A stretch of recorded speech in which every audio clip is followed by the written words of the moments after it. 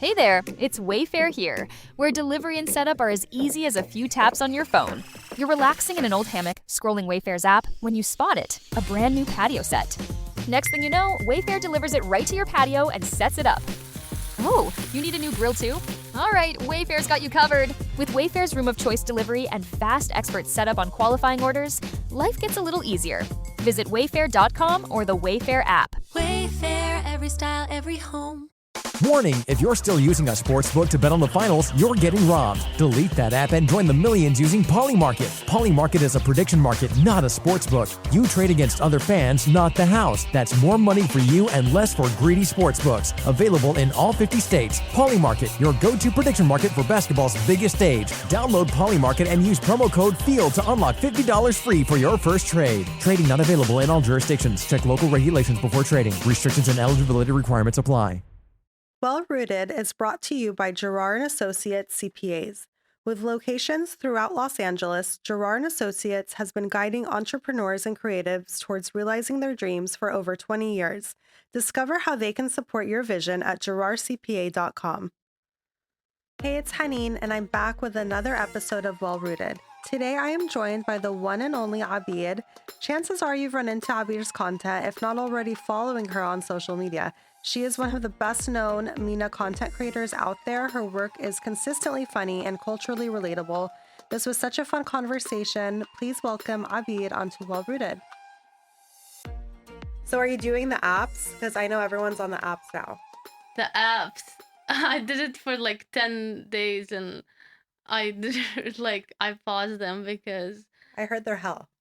I think for me, I'm trying to find the Arab guy. In But LA? it's the people who watch me are Arab guys, so it's very annoying because I don't want people to know me from online. I want people to know me And that's kind of interesting because you are very public, right? And then a lot of the content that you put out is kind of derived from Arab dating, right? Because you do talk about guys you've dated, you don't name names. You do speak to that side of Arab girl culture. Yeah. So have you ever met a guy or dated a guy and then he kind of had already been a fan or seen your content and brought it up to you? Yeah. Well, I haven't been single for that long, so I just started dating Oh, okay. So we're gonna see. recently. This is a social experiment. So it's so originally I was like, you know what? Now my content is real because it will be based on Real life. real life. But then every person I would match with, they would be like, "Are you gonna make a funny story about me?" So So I've heard this before from other content creators who they want to share that part of their life, but then it kind of, backfires in some ways and it actually affects their ability to go on dates with certain people. So then they have to it's like a back and forth. You have to find that balance that works for you. yeah, the guy I'm talking to right now, he didn't know. So I was like, Like you're a content so creator. I was like, yes. And then one day he was like, "What's your Instagram?" And I was like, You don't need to I was know. like, fuck. And I was like, I don't think guys usually ask for your Instagram because they want to see if you look good. Right. So they just want to see are you fat? Are you skinny? Are you a Right. Yeah. catfish? Do you have friends? Yeah. Yeah. What do you do? And I don't post pictures. I just post videos of me Content. this up close to the screen. That is true. And I was just like, oh shit. Because he's like, you're so calm. You're so You do have a very calm voice. and I'm like, yeah, I am calm. Well, this was our attempt at a soft open. Yeah. So it's me, Haneen. I'm back with another episode of Well Rooted. Where's the And camera? the cameras are right over here. We have 3 cameras. Okay, do we look at them or no? You can, or you can just Okay. look over here.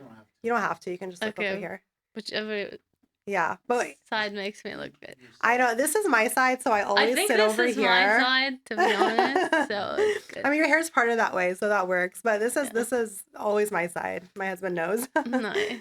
But I'm here today with Abeer. If you don't already know who Abeer is, you will after this interview. And I'm pretty sure you will run into her content after this interview because that's how phones work these days. Yeah. We talked a little bit about before I introduced you about like your dating life. But how would you describe the type of content that you put out? I would say it's a little out there. Like it's a little bit crazy, but it's supposed to be very like sarcastic, light-hearted content, mainly about dating, Arab men, different nationalities. You do good impressions of other nationalities. Yeah, I try. I Yeah. try to like learn the accents. No, you do a really good job of it. And then I would say your audience is predominantly Arabs, like it is an Arab, like, When I first started, majority of my followers were like white or Latina girls who date Arab men and hate them. really Yeah. But now it's, I would say, Arab, more Arabs. more Yeah. Arabs. I think the first TikTok of yours that I saw was sometime last year. A friend of mine sends me this TikTok, and at that time, to be honest, I wasn't following a lot of Arab creators. And then I get your TikTok, and it was the one where you said you were dating a guy or talking to a guy, and he said, "Oh, I'm so glad you're not an Arab girl," or "I didn't want to date an Arab girl." And then you do your little like infamous laugh and then switch Yeah. up really quick. Where did the idea to, because you do that format a lot in your videos, so where did you get the idea to sort of implement that in your content? So it is something that has happened to me, but not exactly like that. Mm-hmm. Like I think because I don't know, there's stereotypes about like how Arabs look like or like Yeah. how you would act or something. When I actually met my ex, when I first met him, um like I told him I was half Palestinian, Mm-hmm. but it like didn't register with him. Like I was like I'm half Palestinian, Yeah. half Bulgarian. He just thought I was like it's kind of like when white girls say I'm Italian. Like Right. that's what he thought. So like he was like, "Oh, I can write Arabic, blah blah blah," and he started like writing on the board very slowly. And you're like, I can read And then that. I was like, "I can write Arabic too," and he was like, "No, I can write Arabic better than you." And then I just started writing, and then I like pretty much called him out that he's a liar. Like he wasn't really You were more he Arab than he he didn't know was. Arabic. He Yeah. wasn't even Arab. He was Afghan. So I don't know. So That's the inspo. So how have like what's the criticism that you've received from probably, or what would you say the majority of the criticism looks like that you receive from this content? And how do you not let it bother you and just continue to be yourself? I would say because I try to be funny, I would say. Because I make like funny things. Sometimes I push it to the extreme. Like sometimes I say like I curse, like I say like "Yaltizi" or Yeah, that is like whatever. her, that is your slogan. Yeah, so that was I said it the first time by accident, Right. and it stuck a lot. But the main thing is the criticism is that I curse or stuff like that. But what bothers me is I feel like if I was a man, like if I was an Arab guy Mm-hmm. and I did the same thing, no one would bat an eye. Of course. Like so I feel like this like the standards are a lot higher for women. Like they're Mm-hmm. just expecting like me because I'm an Arab girl to like not say certain things or not act a certain way. And like I do respect the culture, but at the same time, I feel like there's a lot of things that we say every day, like when we're sitting together. Right. So I just feel like I can still make content about them. Yeah. I think in general, our culture, has certain like boundaries, especially for women, of what's appropriate to say out loud, what isn't, and even topics that we're typically allowed to even talk about or that it's, is normal to talk about in public. Like even dating for a long time, no one really talked about the term dating in Arab culture, even here in the States. Yeah, that was another thing is because I would say like my boyfriend, things like that. and people will be like, oh wow, that's crazy. But it's like, let's be real, like I wouldn't want to say everyone, Hmm. but the majority of people date at least behind closed doors a little bit. Yeah, and then no one talks about it. Yeah. And then everyone's left feeling like they're the only ones and they don't really have anyone to share that with or to get advice Yeah. from. It brings a lot of shame for girls, I think. Like, you get shamed because I think most Arab girls have good intentions when they date, and you have the intentions of like, you want to meet the love of your life, you want to be together, but if it doesn't work out, you shouldn't be shamed that you dated someone and Right. it didn't work out. But I think in our culture, for women, it's a big deal, but for men, It's not a big deal at it's all. not. It's like expected. Yeah. Yeah. Then it's like, well, why aren't you with someone when you're like in your 20s, right? But it's like, well, you've told me my whole life I'm not supposed to be with someone. So how is Yeah, that supposed to happen? exactly. And I just also think when you can't necessarily be open about who you're with Hmm. or who you're seeing, let's say to your family or something, it can actually put you in a worse position, because then your family, then the guy will just think they can do whatever they want Yeah. versus meeting your family. Right. When it's like it's worse when you're hiding something than when you're open about it. Yeah. So that's why I think like, seeing your content, I've seen, and then even we were talking about Nasser earlier, Nasser today, some of it, like he talks about dating as well in the culture. A lot of other like young content creators and influencers do as well. And I think it's just relatable to the community and it's refreshing to have those conversations be out in the public. Yeah. I also do it also. Originally, I wanted to kind of do it. I wasn't really necessarily thinking about what it would do to the Arab culture. I was mainly doing it as like, there's just a lot of stereotypes about Arabs in the Mm-hmm. American community, and I just kind of wanted to humanize us a little bit more. And I just think a lot of the times the only way to like humanize someone is not by like politics. Like, if you want people to take your side in politics and stuff like that, Yeah. you you want people to see you as a human being, but they're not going to see you as a human being if the only thing they see of you is when you're dying or Mm-hmm. when you're being political, which is part of who we are. But when they see that we're just like them, like, we also want to get married, we also want to be in love, we also have dating issues, we also love to laugh, we're also funny, um we we have a lot of the same daily lives. I think it humanizes us more. Yeah, So that's absolutely. kind of initially what I was thinking. Yeah, no, that's a really good point. And I think that's really important, like for people, the non-Arabs, to see us in that sort of light as well.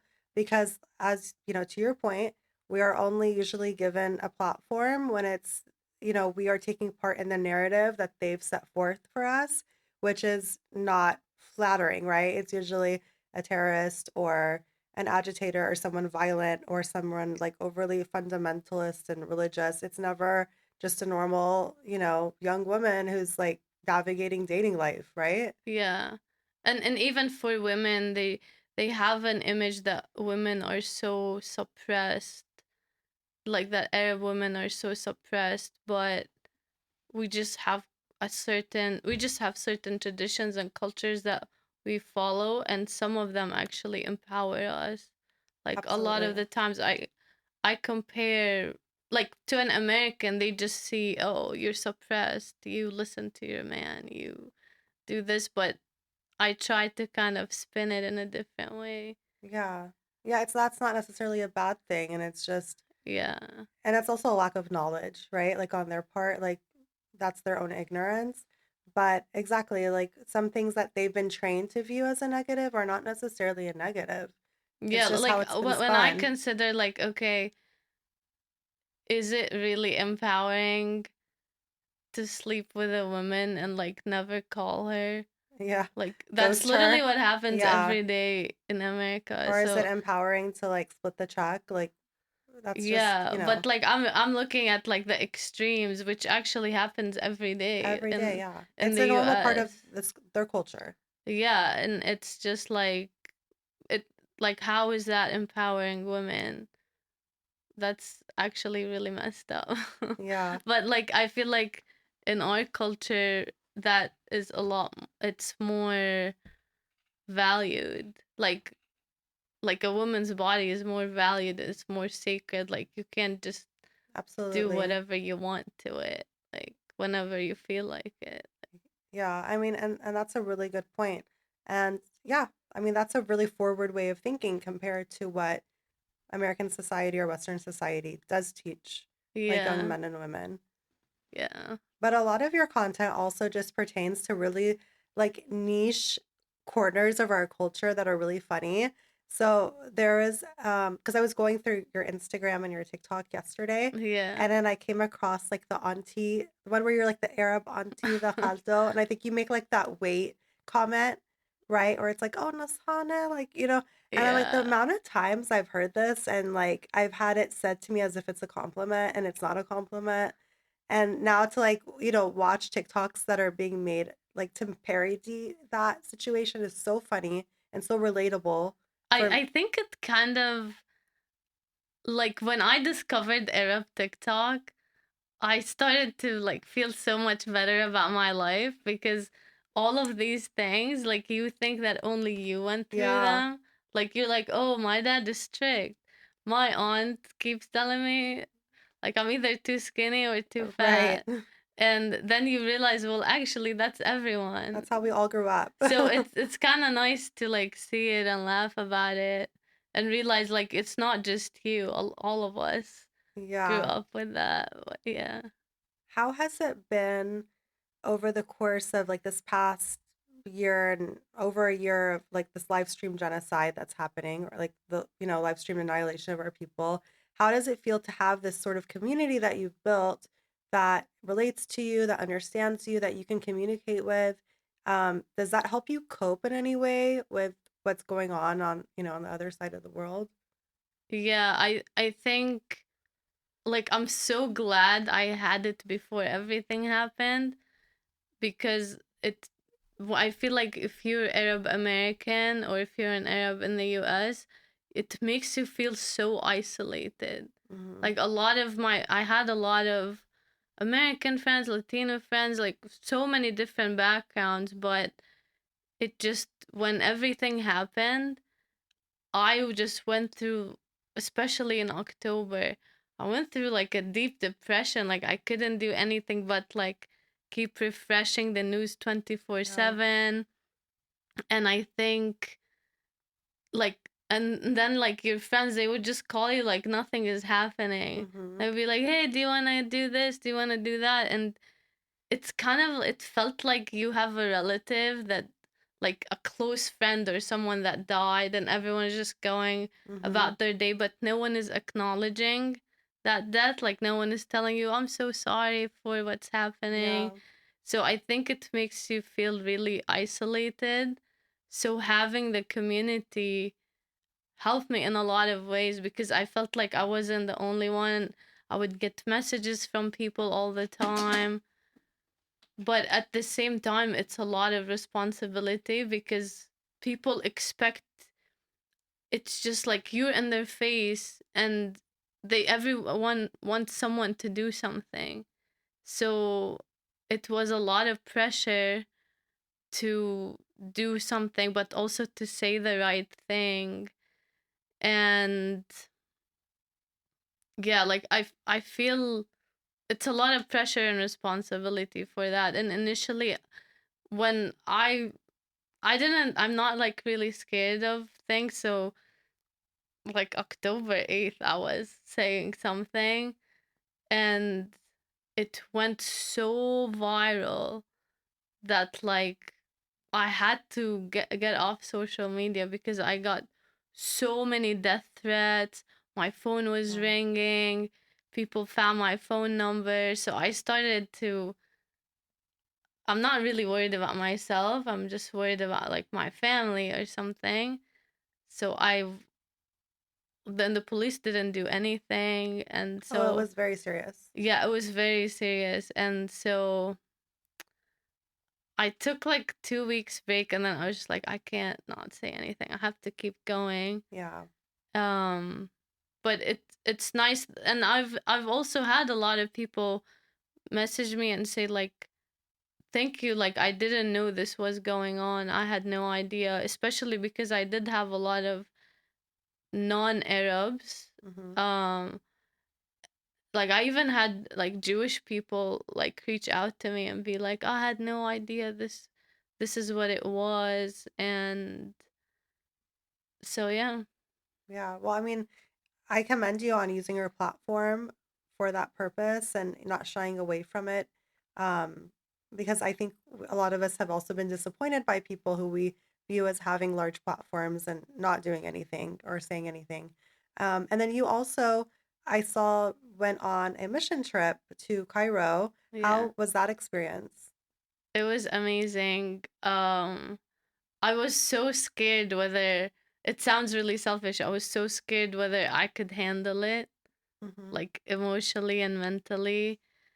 And because they told us before we go on the trip, they just said like, you have to like hold it together. This is not about you, it's about the people you're going to help. Like, don't cry, things like that. So I was worried about it a little bit. Oh, But when I went there, I think for me, because like I'm Palestinian and I grew up in Palestine, so like for me, I grew up in Jerusalem, and so mhm. I've never actually met people from From Gaza? Gaza. And most people in Gaza haven't, like, maybe have been to Jerusalem once in their Mm, lifetime. yeah. So it felt, even though I was going to help, it felt like I was like visiting my relatives, Hmm. like people that I knew, but It's like, like it's like the relatives you talk to on the phone, right? Like you don't get yeah. to see them, but you talk to them. So it was really nice. Like it felt like it felt like nothing else in the world matters. Mm. Like I was just like, this is, if I was a millionaire, I would just do this for a living. Can you give us details of how you were able to help there? Yeah, so pretty much we were collecting, like they bring influencers through an agency to work with a nonprofit there. So let's say instead of them running ads online, Hmm. they will bring us, because it's kind of the same thing. So we would go there, we would meet with, like, we went to a center to see um like all of the Palestinians that are displaced right now in Egypt. They have built like this agency where like people bring donations like old clothes, food, toys, things like that. They tried to find jobs for each other, things like Hmm. that. So we went to see all of the people there. Everyone there is a Palestinian helping the Palestinians. So they're all volunteers, but they all have stories.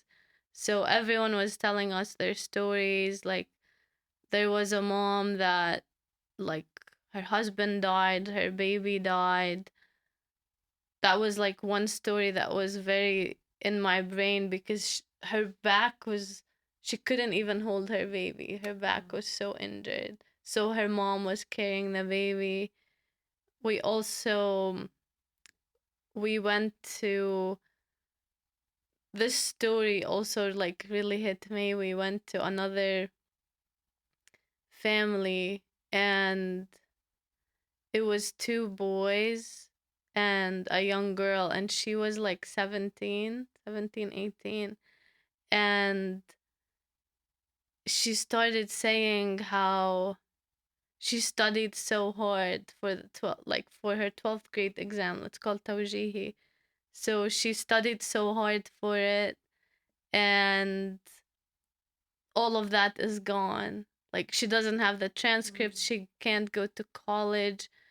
It was just like, it broke my heart because what she wanted to do is what I wanted to do when I was her age. Like, she wanted to go abroad, she wanted to go to university, and I felt like I was looking at like I was Like a like, wow, younger that's version of crazy. Like, you. I got what she Yeah. wanted. Like, I actually, that's when I went to the US when I was 17, and it's just so unfair because these people have done everything. Like, they've done everything they could possibly do. Is they work hard, they study hard, they do their homework, they do the work, but the outside circumstances, like, all the odds are against them. So it's like they're just in this position where the displaced Palestinians in Egypt, like, they can't work because they're pretty much undocumented. So they can't work, they don't have money, they can't enroll in school, they can't enroll their kids in kindergarten or anything. So the foundation that we went with, they they find those families, they pay their rent for 6 months, they buy them furniture, um they try to bring them food, but it's just limited. There's Yeah. so many families and there's only so many you can help. It's kind of like putting a band-aid on a wound. Like it sounds like a temporary fix, but as you said, they're not able to work. They're undocumented, so like there needs to be more help happening there. Yeah, and Egypt already has its It's like own economic and it's like very crisis. overpopulated as well. Yeah, Yeah. Talk to us about your roots. my roots. Yeah, and you can go as far back as you'd like. So I'm half Bulgarian, half Palestinian. So I was born in Bulgaria, and when I was like 3 years old, we moved back. So I grew up in Jerusalem, in East Jerusalem. And yeah, so I was there like when I turned like 16, I started to think I want to go abroad. There's a thing there where they just think if you leave If you leave, all your problems if will be you leave solved. the country, if you go to America, if you go to Europe, you'll be rich and everything will be okay. Yeah. So I just grew up hearing that and I was like, that's what I want. So yeah, so I went to college in Pennsylvania. Did you leave by yourself? Yeah. Oh, all on your own. So do you still have family in Jerusalem? Yeah. Yeah. My parents and my sister, like my whole family actually. Okay, so you're here all on your own. Yeah. So you went to school and and you ended up in San Diego after school? Yeah. Okay. And then how did you get into content creation? Where did that come from? So I already work in marketing. Mm-hmm. But I do digital marketing for tech companies and things like that. So I had built an app actually with my ex. Is that your ex-business partner It's a as well? horrible app. Don't look for it. Um, so yeah, so I was telling him like we need to market it. And Right. this was the first time I'm marketing a product, not a service. So I was like, let's get on TikTok. And as I was on TikTok, like doing research, I got hooked on TikTok. I was like, damn, where's all of this Sorry, what been? year was this? It was like 2 years ago. Okay. Yeah. Um, so I got on it and I loved the content and I just literally made one TikTok and it went viral. And I was like, okay, I guess we're gonna do more. And but it wasn't until that video that you talked about Was that that like your every first viral like I video? had viral ones, but it was just like a random viral. Mm. But that one kind of was the first time I like did something that wasn't like a trend or anything. Like I just did my own and like I kind of just made it like a series. So I just kept going and going Yeah. and going. And then I had another video where I revealed to the guy that I'm Arab And that was like, Wait, while you were in the video? Like while you were shooting the video? yeah, and it was so viral. Like it was like, I remember I uploaded it on like a Saturday night, which is a bad time to post. But I was like, whatever, who cares? I posted it, and then I look 1 hour later, it had like 10 million. Like it Oh, had like wow. 24 million. And I was like, damn, this is so crazy. What do I That do is now? crazy. That's amazing. And so you've just been consistently posting ever since. Do you plan out your content? Like, is there, No. or is it just sporadic? Like I feel like, to me is like, ideally I want to post like, let's say, every day, but I never force myself. Mm, Like I think when I was first starting out, I did. Like I okay. was just like, yeah, I want to post consistently, but I just liked it so much that I was posting anyways.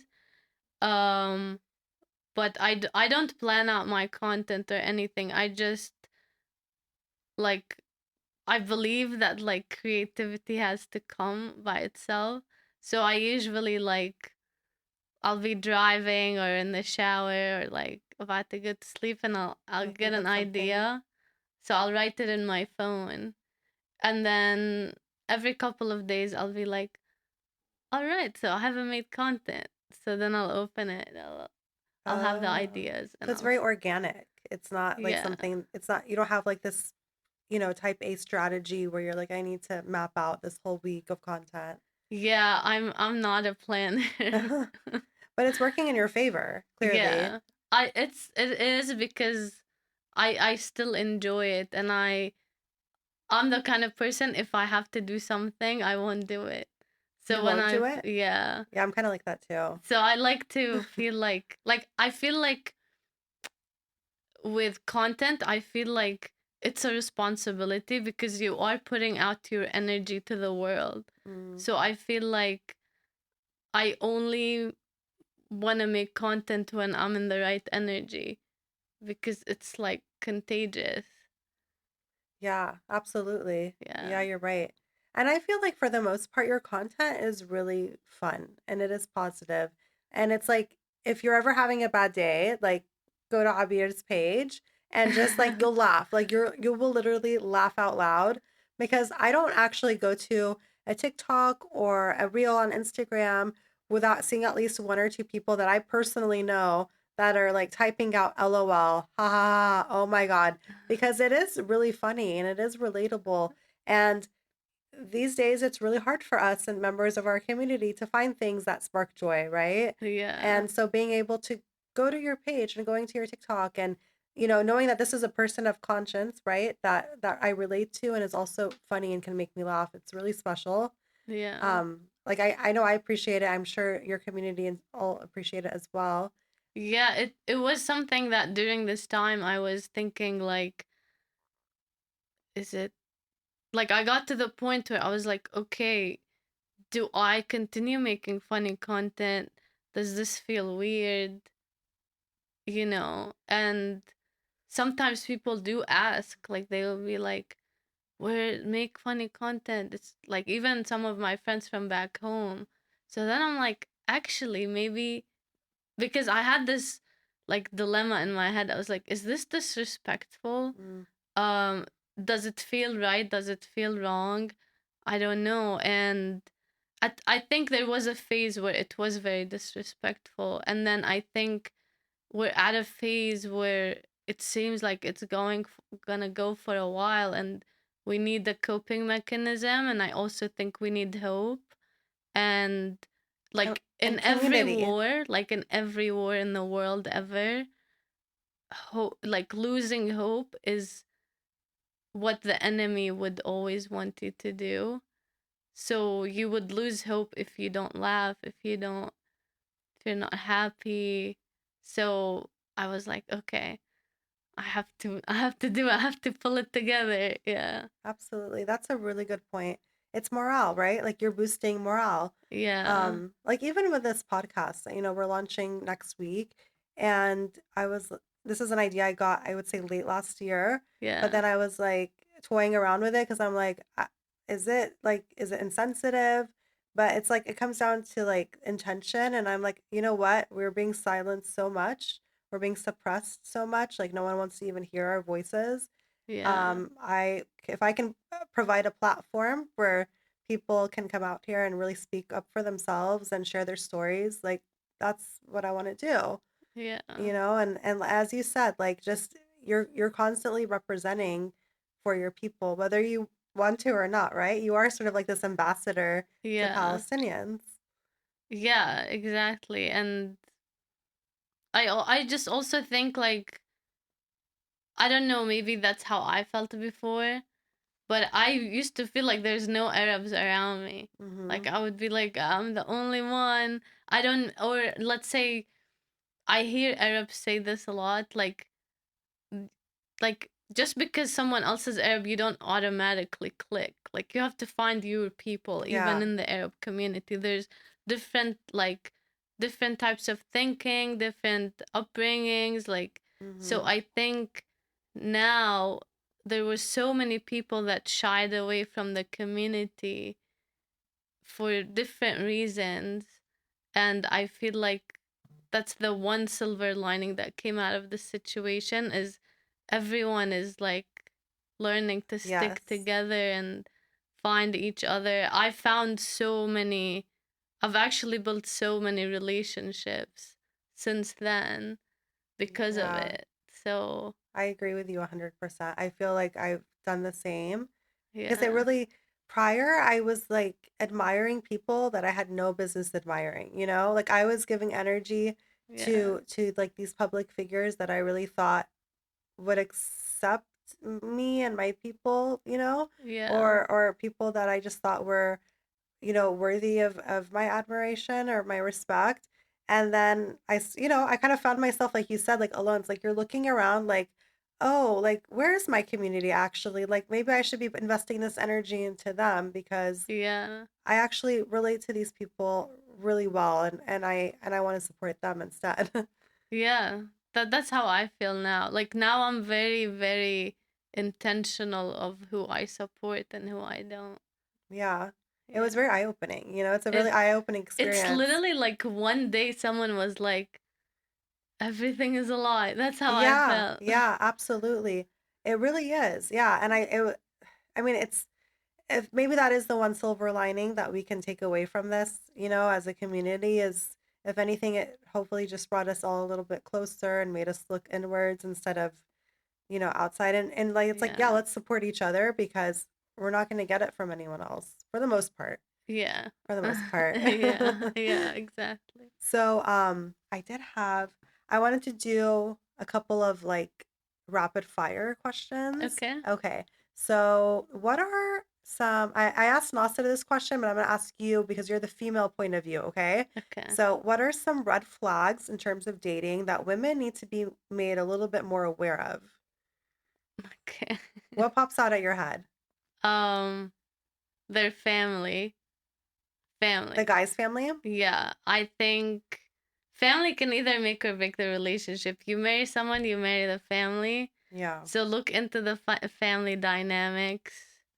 I would say that. And then the second thing is like guys who, to me, I'm saying that's my Yeah, red yeah. No, flag. you're definitely your Like I perspective. don't like guys who are like a sheep. Like they just follow everyone, they follow their friends, they follow, Yeah. like I like someone who's like I don't care what anyone thinks, this is what I think, and like they just make their own path in life. Right. Yeah. Yeah, I agree. You have to be able to stand up like on your own 2 feet without any outside influence. Yeah. Okay, so you mentioned earlier about like when you post your content or TikTok. So if someone is listening to this and they want to start posting more on social media, what days, what time should they be posting, and how often would you recommend them posting? I'm so tongue-tied today. Recommend them posting. I don't believe in that. Like I don't believe in like when to post, how often to post. I just think this is what I told myself when I decided to like go down this route is first I started on TikTok because I think a lot of people really worry about making content and putting their content in front of people they know. Like, it's the easiest to post your content to people you don't know. So I started on TikTok because no one, at least I told myself that. Yeah. Like, it not on Instagram because all of my, or start an account that you have nobody that you know Right. on, and just start with, like, you want to find your audience and you'll get the support from them honestly before your friend. Like, your Yeah. friends and family and everyone, they'll be convinced once you make it, That not is true. before. And I think that's usually what people worry about, is to put themselves out there. They're worried that their content will flop in front of everyone.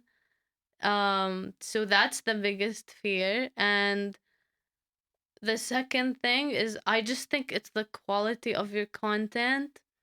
And it's not like, it's a quality. It's not what time you can post at 1 a.m. If it's a really good video, it will eventually blow up because algorithms pick it up eventually with reactions and with how people are interacting with it. Just put So good content out. yeah, and like, I just think with content, like, look at it in the long term. Like, a lot of people just copy each other and stuff. That's cool for a little bit, but eventually you won't have an identity. You'll just be Yeah. like another person that makes the same skit as Same everyone trend. else. Yeah. Yeah. What is an Arabic song that you can't help but dance to? Hmm.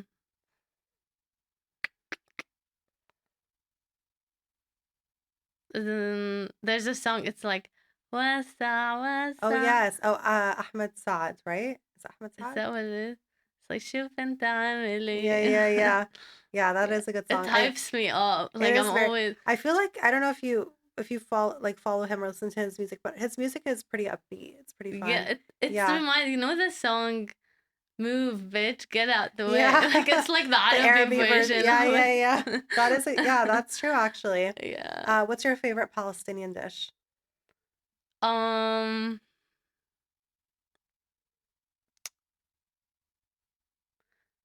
is it Palestinian dish? I don't know. Okay, or Arabi I dish. really like this combination.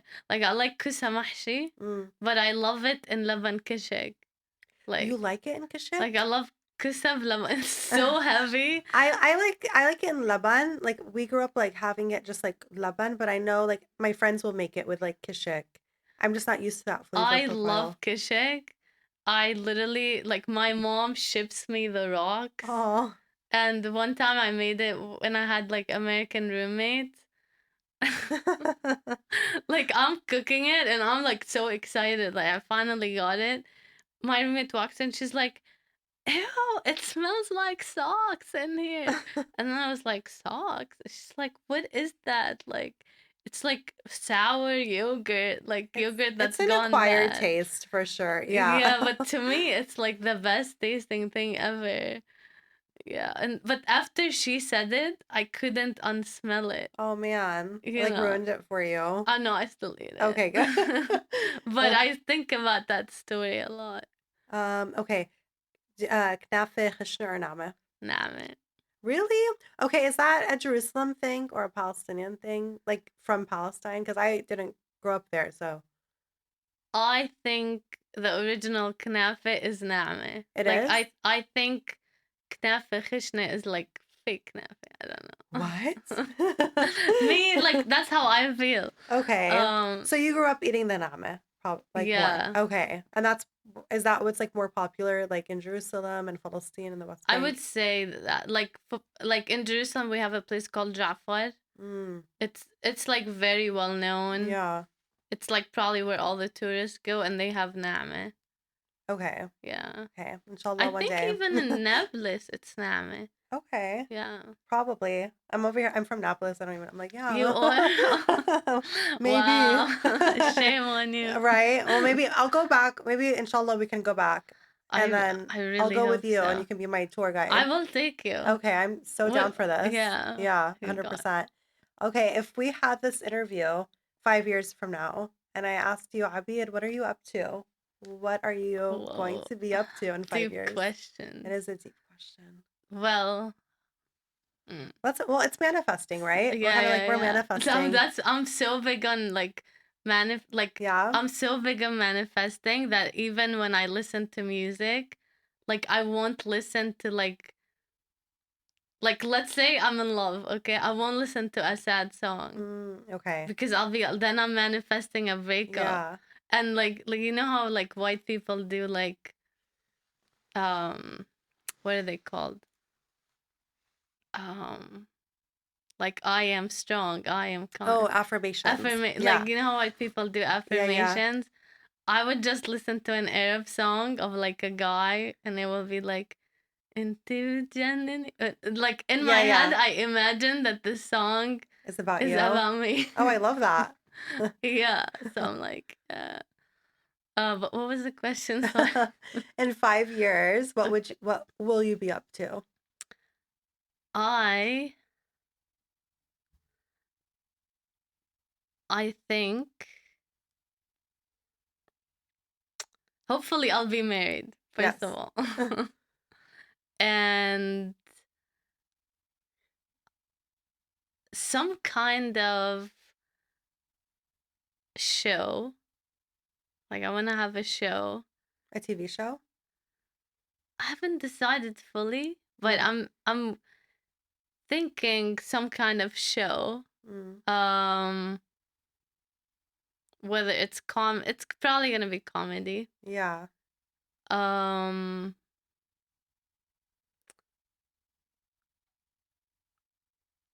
what else? Hopefully I have twins. Oh, okay. Twins. One and done. One and done. No, seriously. I just want to get pregnant once in my life. And be done with it? Yeah, because I can't lose weight that many times. It's a lot. Yeah, like, and I'm not doing it. After the second time, I'm staying fat. Yeah. And hopefully Palestine will be free. Hopefully, yes. And inshallah. I can visit back home and bring my kids there and have my show that, like, my dream is to have a comedy show that ends in Palestine? Yeah. That's amazing. Yeah. Yeah. I'm manifesting this for you as well. Inshallah. I hope. But when I first like said that I was gonna do a comedy show, all of these people from back home were like, "You have to do one here." So I was like, I can't have a tour unless it ends there. Yeah. It's like your homecoming, right? It'd be like your homecoming Exactly. show. Yeah. Yeah. One day. Inshallah. One day, inshallah. Yeah. Where can people find you? Like Online. I was like, If they haven't already at the found coffee you. shop. And on Instagram, it's a very complicated username, AB299R, or on TikTok, Abeer Daily. Perfect. Thank you so much for being here. Thank you. This is amazing. Thank you. Thank you for listening to another episode of Well Rooted. If you enjoyed today's episode and felt it brought you value, please subscribe, leave a comment, give us a like, and a review. This episode of Well Rooted has been brought to you by Girard & Associates CPAs. With locations across all of Los Angeles, Girard & Associates has been helping entrepreneurs and creatives make their dreams come true for over 2 decades. Go to girardcpa.com to learn more. This is Haneen, and we are all Well Rooted.